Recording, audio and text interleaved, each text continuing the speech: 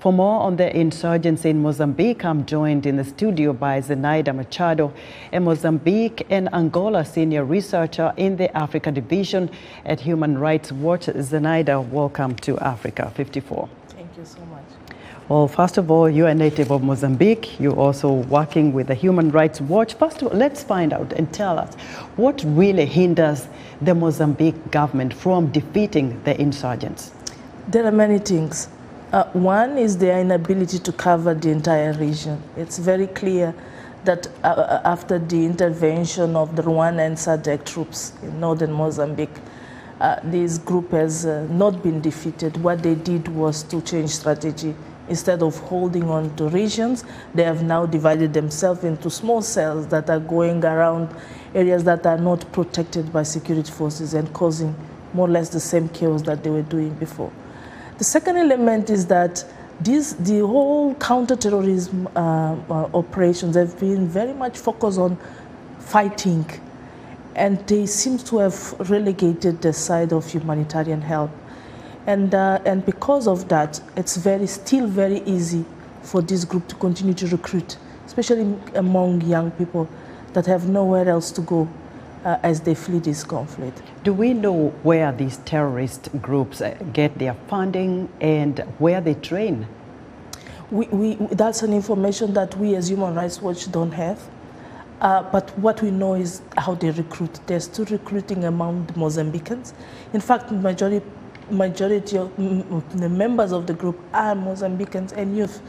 And they have different ways of recruiting. One is through money. They promise people money that they don't have. And the people who are unemployed and they've been seeking means of sustaining their families can easily be seduced to be part of the group. The other one is by kidnapping. We have reported before that they are kidnapping young people, young men as young as 10 years old to be part of the group. So they're recruiting a lot of children. We have spoken to mothers that told us about their children being taken from them.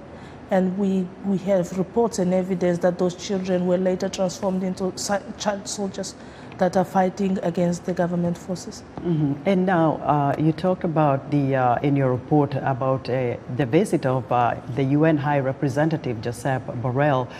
What does his visit mean for the security of Mozambique? What's the contribution of EU here? Our understanding is that his visit and the contribution of the European Union at the moment is very much focused on the military intervention. And what we are calling for is for the European Union to also focus on the humanitarian side of this conflict. That means adding more money to help and assist the displaced people that have fled their areas. The second element is to ensure that women and children take at the focal point of any dialogue and community efforts to end this conflict. And the third one, which seems to have been neglected by everybody else, is accountability and justice. The European Union should use its influence to put pressure on the Mozambican government to investigate the abuses we have exposed over the years. It's been 5 years now that we have been reporting and exposing human rights abuse. Those abuses must be investigated, and those behind them must be taken to justice. Zenaida, thank you so much. We hope there will be a solution to this crisis that has been ongoing in Mozambique. Zenaida Machado is a Mozambique and Angola senior researcher in the Africa Division at Human Rights Watch. Tuesday on Africa 54, Lino Mudu has the latest health news and still to come. Americans commemorate the 21st anniversary of the September 11th attacks.